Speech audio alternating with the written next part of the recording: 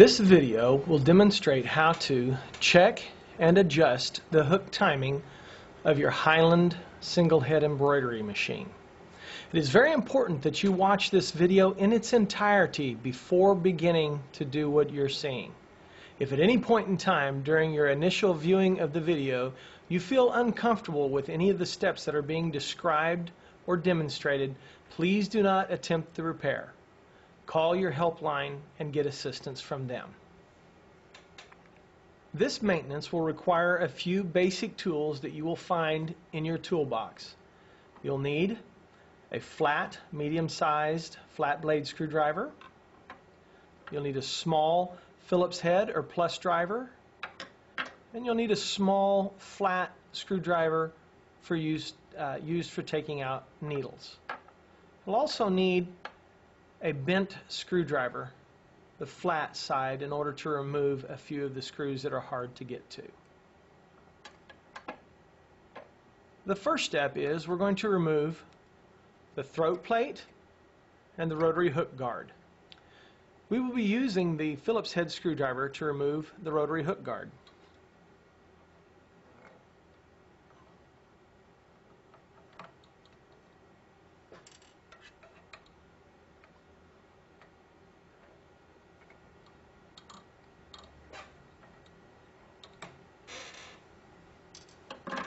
And then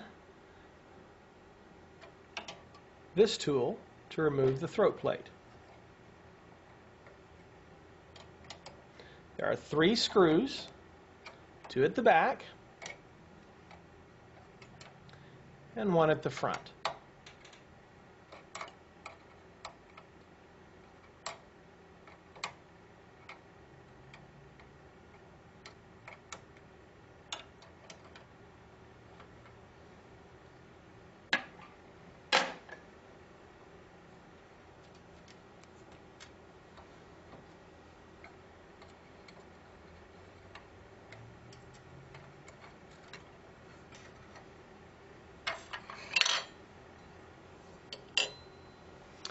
Once you've removed the throat plate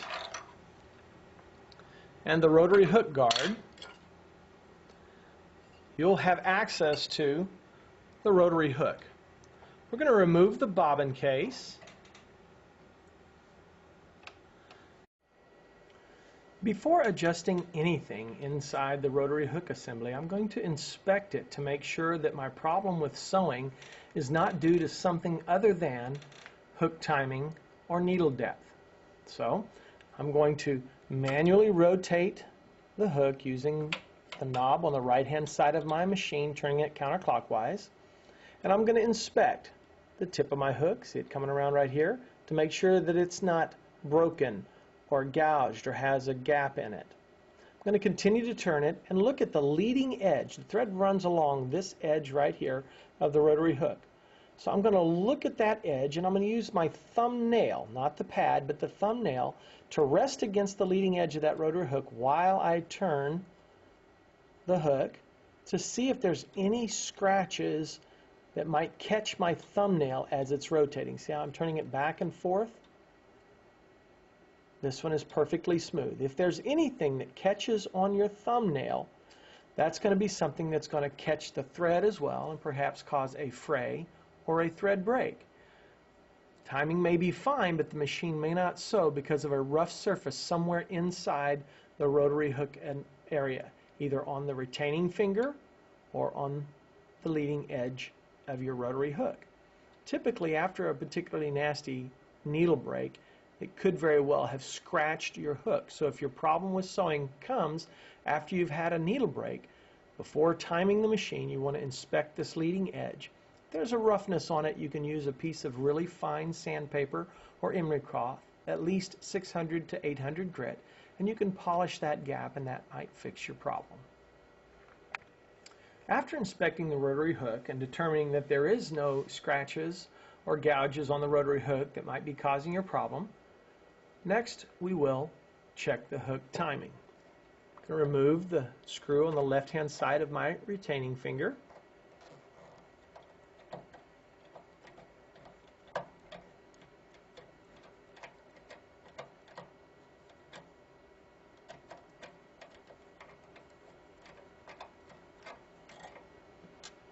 Then loosen the one on the right hand side just enough so that I can turn the retaining finger out of the way.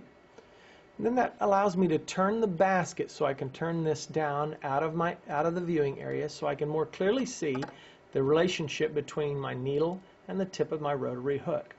I'm going to begin turning again, pushing in and turning counterclockwise the knob on the right hand side of the sewing machine.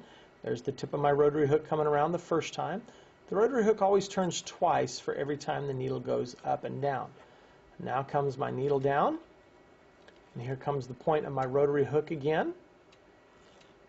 See it coming around here.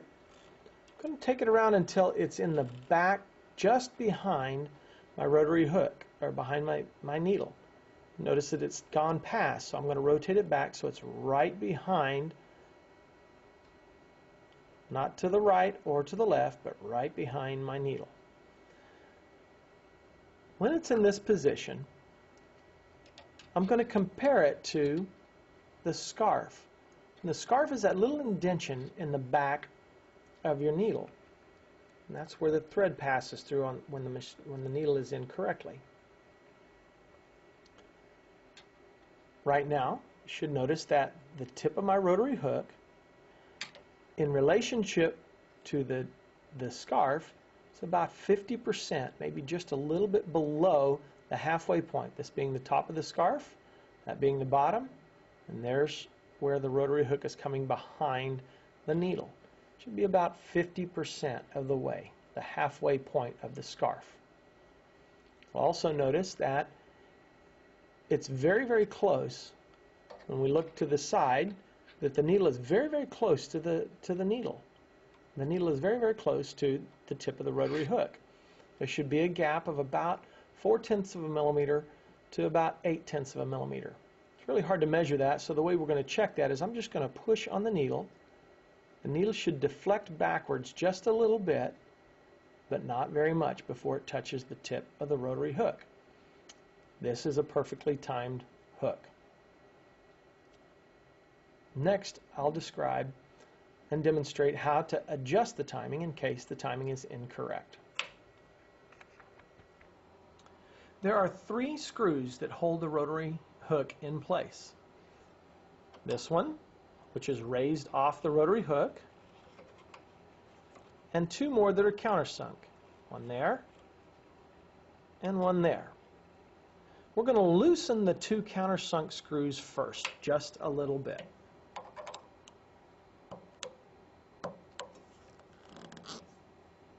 I'll loosen it about a half a turn, and then I'm going to turn it back till it just touches, just begins to have a little resistance. Going to do the same thing with the other countersunk screw.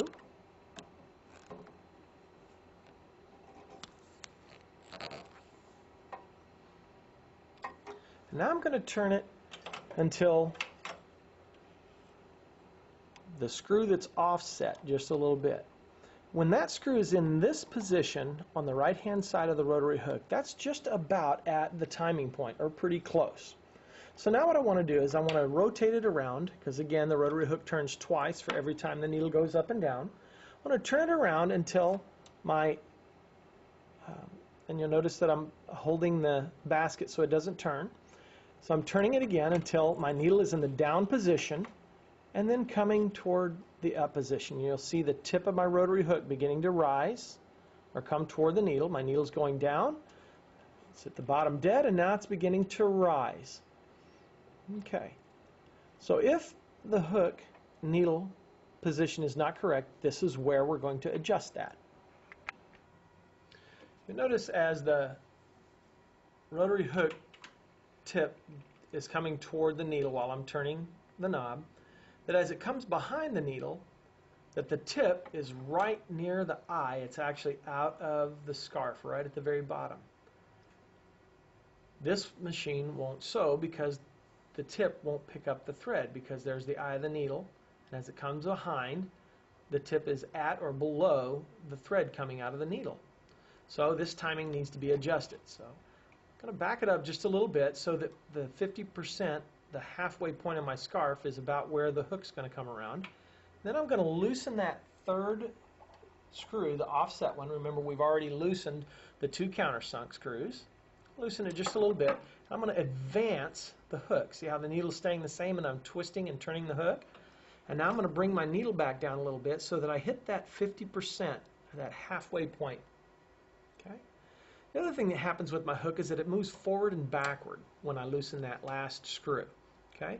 So I also have to be aware of not only the position of the relationship between the needle and the rotary hook in the scarf, but also how close the hook is or how far the hook is from the needle.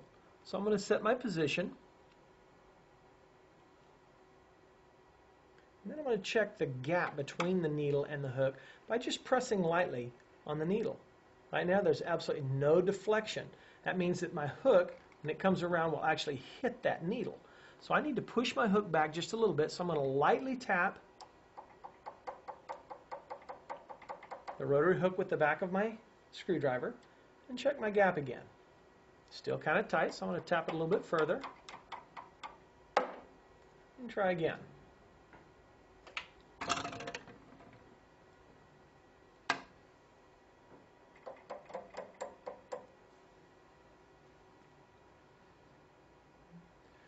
A little too much deflection, so I'm going to bring it forward just a touch. And there I have just a little bit of deflection. Now when I turn the needle around and the scarf is back where it belongs for sewing, that gap should be just about perfect. So the tip of my rotary hook is not going past the left side of my needle.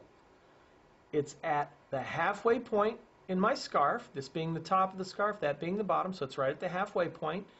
And the gap between the needle and the hook, I'm testing it by pushing lightly on the needle, and it's deflecting just a tiny bit before it touches the hook.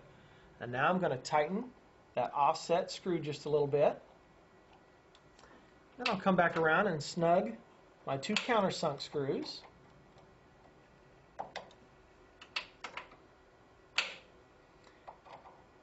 And then I'm going to check that timing point one more time just in case it slipped while I was tightening the screws. Again, I'm going to hold the basket down so it doesn't rotate up in my way while the needle's moving up and down.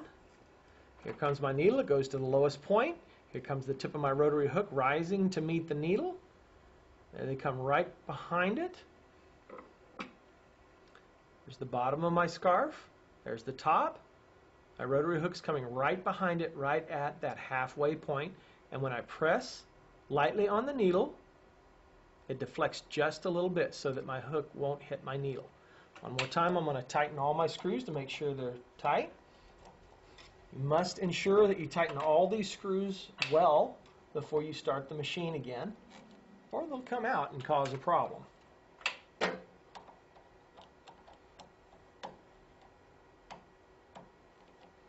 Once all my screws are tight, now I need to replace the retaining finger. So I'm going to turn my basket back around to the up position so the notch in my basket matches the retaining finger.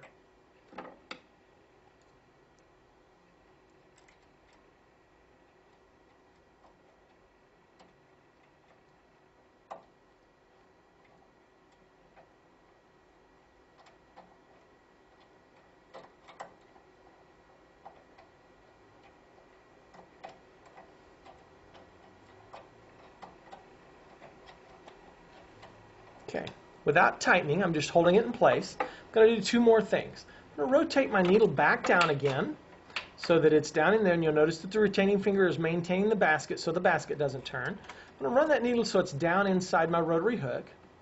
Then I'm going to take another needle, a 7511. I'm going to place it between the basket of my rotary hook and the tip of my retaining finger.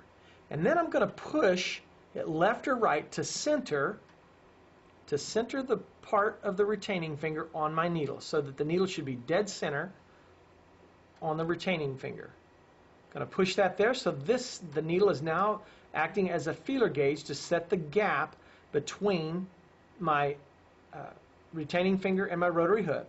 Don't push it all the way down into the fat part of the needle, but just right in the very middle of the needle so that it's using the diameter of that needle to set that gap. And push the retaining finger left or right until it's centered on the needle in the machine. And now I'm going to tighten both sides of my retaining finger, remove my needle, then cycle my machine to heads up. At this point in time, we're going to replace the throat plate and the rotary hook guard. And that's it.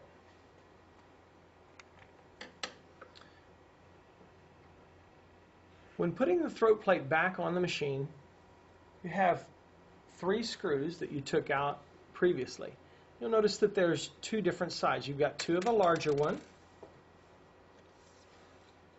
and 1 of a smaller one. The smaller one goes in the front,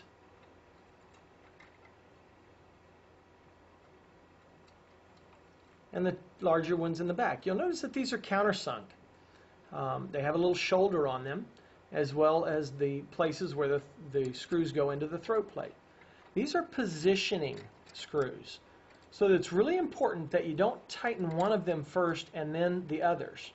You want to get them all started and then tighten them evenly so that we'll get them down in and just finger tight. So we'll use to just kind of run it down in there so that it's down inside the throat plate but not tight. And then we're going to do the same thing with the 2 in the back so that it positions the throat plate correctly. We've got them all in there finger tight. They're all in there. The throat plate is now centered. Now I'm going to tighten all 3 screws.